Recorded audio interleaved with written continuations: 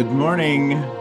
Great morning, wonderful morning, spectacular morning, outstanding morning, magnificent morning, supercalifragilisticexpialidocious morning.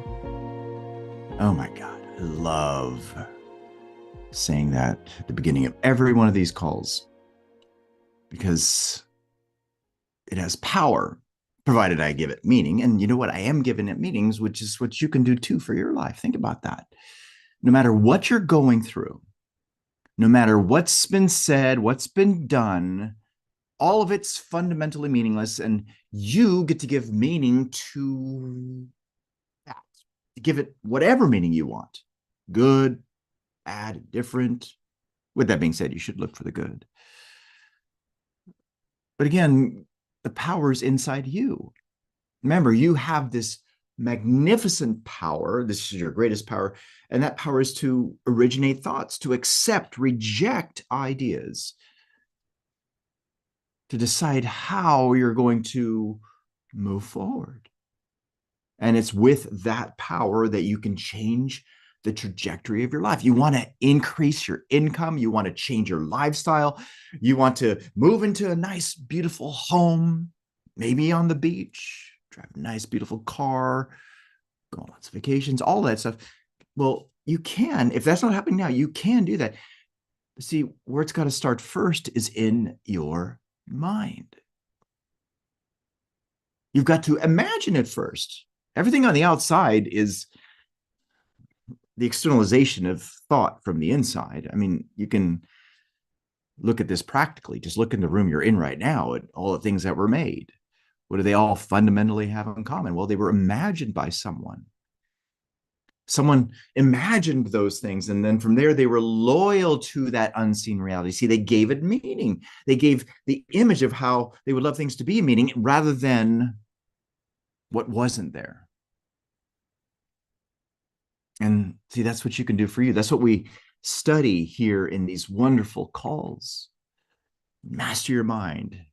Here at Elevitality, this is what Dolly and I stepped into and what we learned from our coach and mentor, Bob Proctor, and what we're yearning to pass on to you and hoping that you get, which is why we are frequently in these calls, because we know that through repetition, eventually you'll get it, provided you're engaged with it.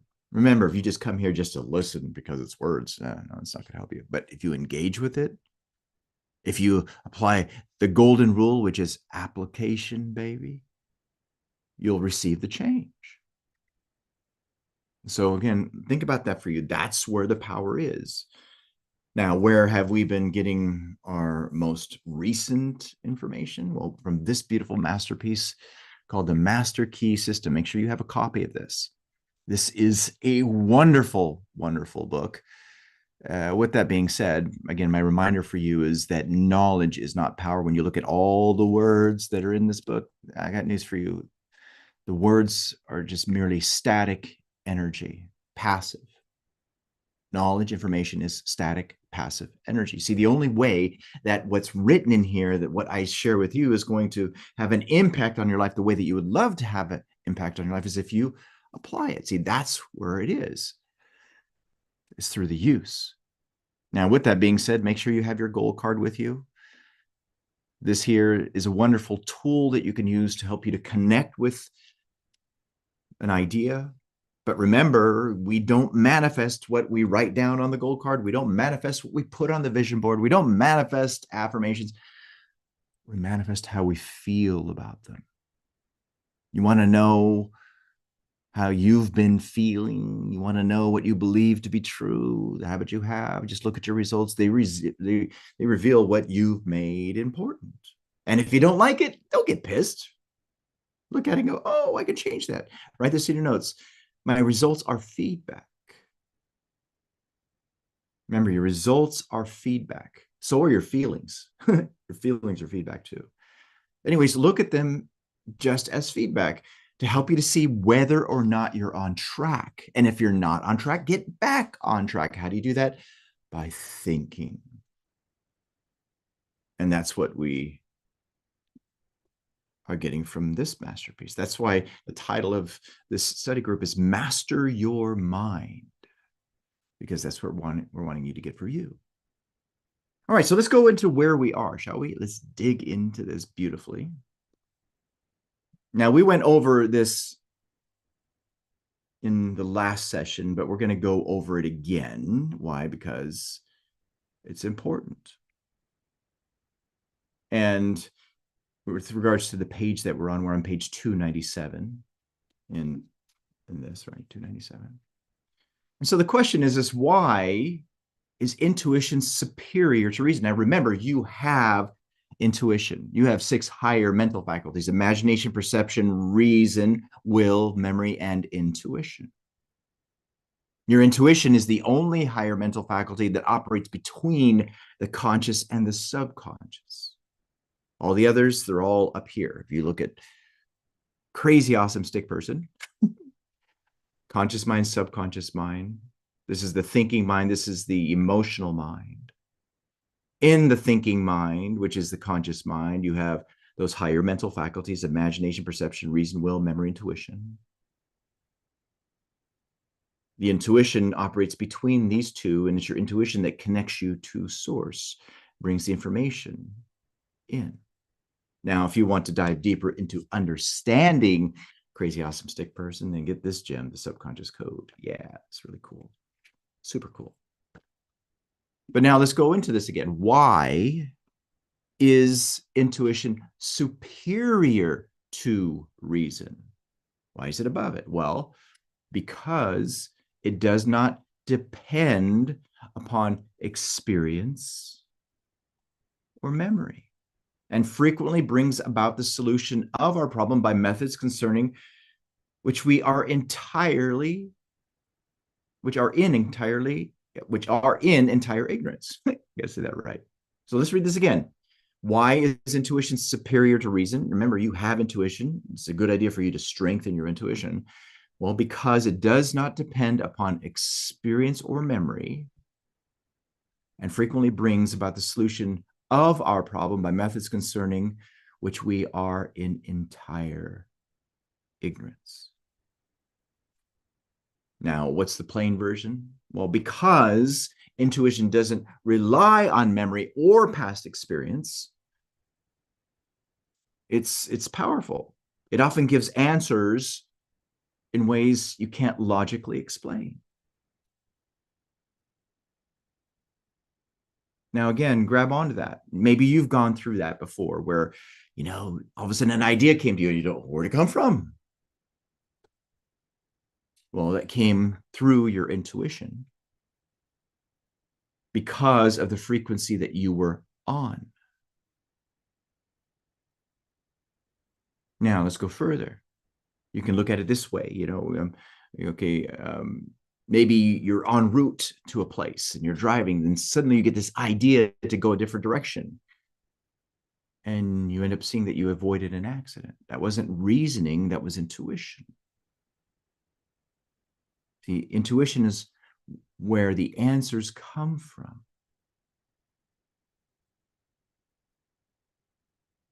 Now, what happens, or what is the result of pursuing the symbol of the reality? What is the result of pursuing the symbol of the reality? What's the result? Well, symbols frequently turn to ashes just as we overtake them, because the symbol is only the outward form of the spiritual activity within. Therefore, unless we can process the spiritual reality, the form disappears. Now, that might sound kind of, whoa, hold on a second. What the heck is he talking about here? Well, just think in terms of the result. If you're pursuing the result without understanding that the result has to happen because of something spiritual, it won't stay, it won't stick.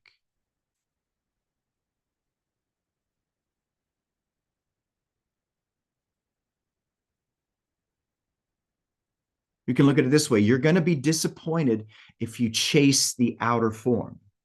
if you chase money, if you chase fame, if you chase success,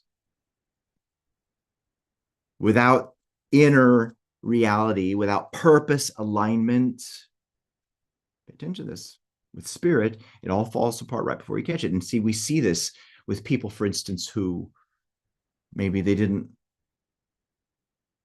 or they weren't able to live financially, to be financially free.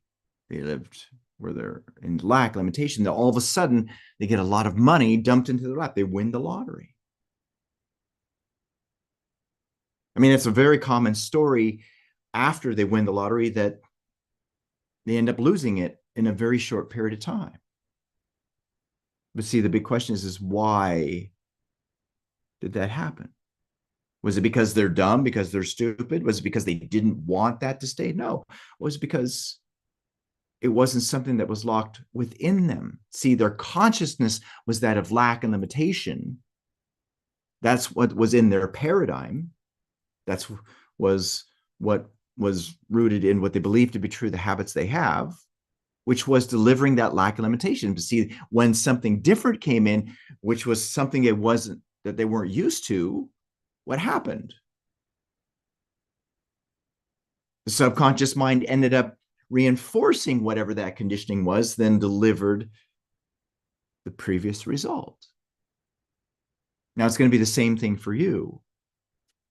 When you lock into an idea, provided you are in harmony with it, you're loyal to it, you keep reliving it, you act as if, it'll eventually become something that's normal to you, which will enable you to keep it. But if you don't do that, then what'll happen is your results will go back to being more of the same. So another way to say this is don't live your life from the outside in. If you want riches in your life, if you want success, if you want power, remember what Robert Collier said, the secret of all power, all success, all riches is in first thinking powerful thoughts, successful thoughts, as of wealth of supply. We must build them in our own mind first. Notice how it's all embedded with what's in the spiritual realm. Build it in your heaven. Strengthen it in your heaven. Nourish the idea in your heaven, and it will go into the outer world on earth. Thy kingdom come, thy will be done on earth as it is in heaven. See, that's not a churchy thing. That's a beautiful truth.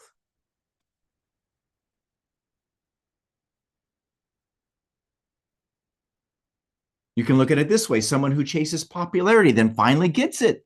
Then all of a sudden they feel empty inside. Why? Because they miss the spirit of the success. They miss the spirit of that popularity, which is something that comes to you because of true self-worth service. And we see this. You see it in stories.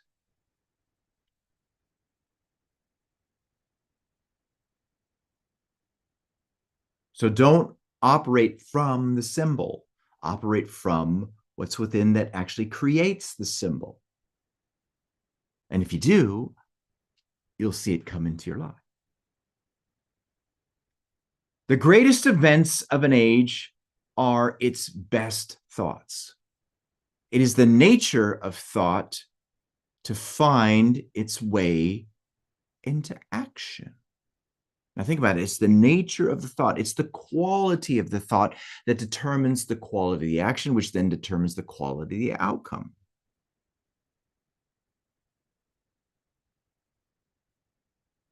Bad attitude, bad results. Good attitude, good results. Great freaking attitude. Oh my gosh, great results. Notice how it all starts within. If you want your life to be filled, for instance, with abundance, prosperity, success, a lot of money flowing to and through you, that's the attitude you've got to have. You can't have an attitude of, oh, I can't afford it. It costs too much. It's too expensive. Oh my gosh. You can't be in sticker shock when you see things like that. It's got to be a new normal for you inside if you want that to be something that's on the outside. Now think about this here. He says the greatest events of an age are its best thoughts. Okay, here we go. Okay. How many of you love your iPhone? I love my iPhone. You got an Android? Okay, it's a derivative of the iPhone. But anyways, think of this technology. The event of this being created is here because somebody had a really great thought to frickin' do it. Steve Jobs, I introduced to you iPhone. Remember when BlackBerry was out, which that was a really great idea too. And I do recommend that you do go watch that movie BlackBerry. Oh my gosh, it's so good. Go watch it, and I would love your feedback. It's such a good movie, but it's not a good movie for the reason that you think I might be sharing.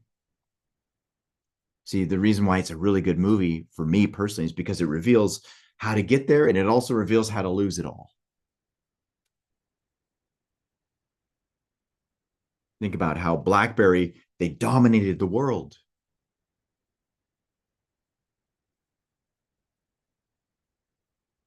Blackberries, they were everywhere. You have a BlackBerry? I remember my BlackBerry. See, they had an open mind. They had a vision. They saw something that was different than what was there. They were loyal to the idea, which then led to the discovery. It is so really cool on how the founder actually put it all together by putting together a toy with a screen. See, their mind was open. Because their mind was open, they were locked into a beautiful idea. That idea came to them intuitively. Oh, yeah, I'll try this. I'll try this. I'll try this. See, where they faltered, though, is their mind closed. See, in that realm where BlackBerry was dominant, all they were looking at was the BlackBerry in the physical form, trying to improve the BlackBerry as it was. Remember, there's nothing more expensive than a closed mind. And because of that closed mind, they couldn't see beyond what was unfolding right before their eyes. And that's when Steve Jobs came into play and absolutely crushed him.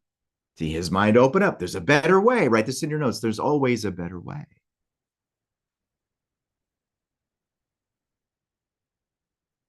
And with that better way, provided you lock into it and you're one with it, those ideas will come to you. And here now, we're all experiencing it with no keyboard on the screen. It's a virtual thing. All right, now, before we go any further, though, I do want to say this to those of you who are watching this on the live stream.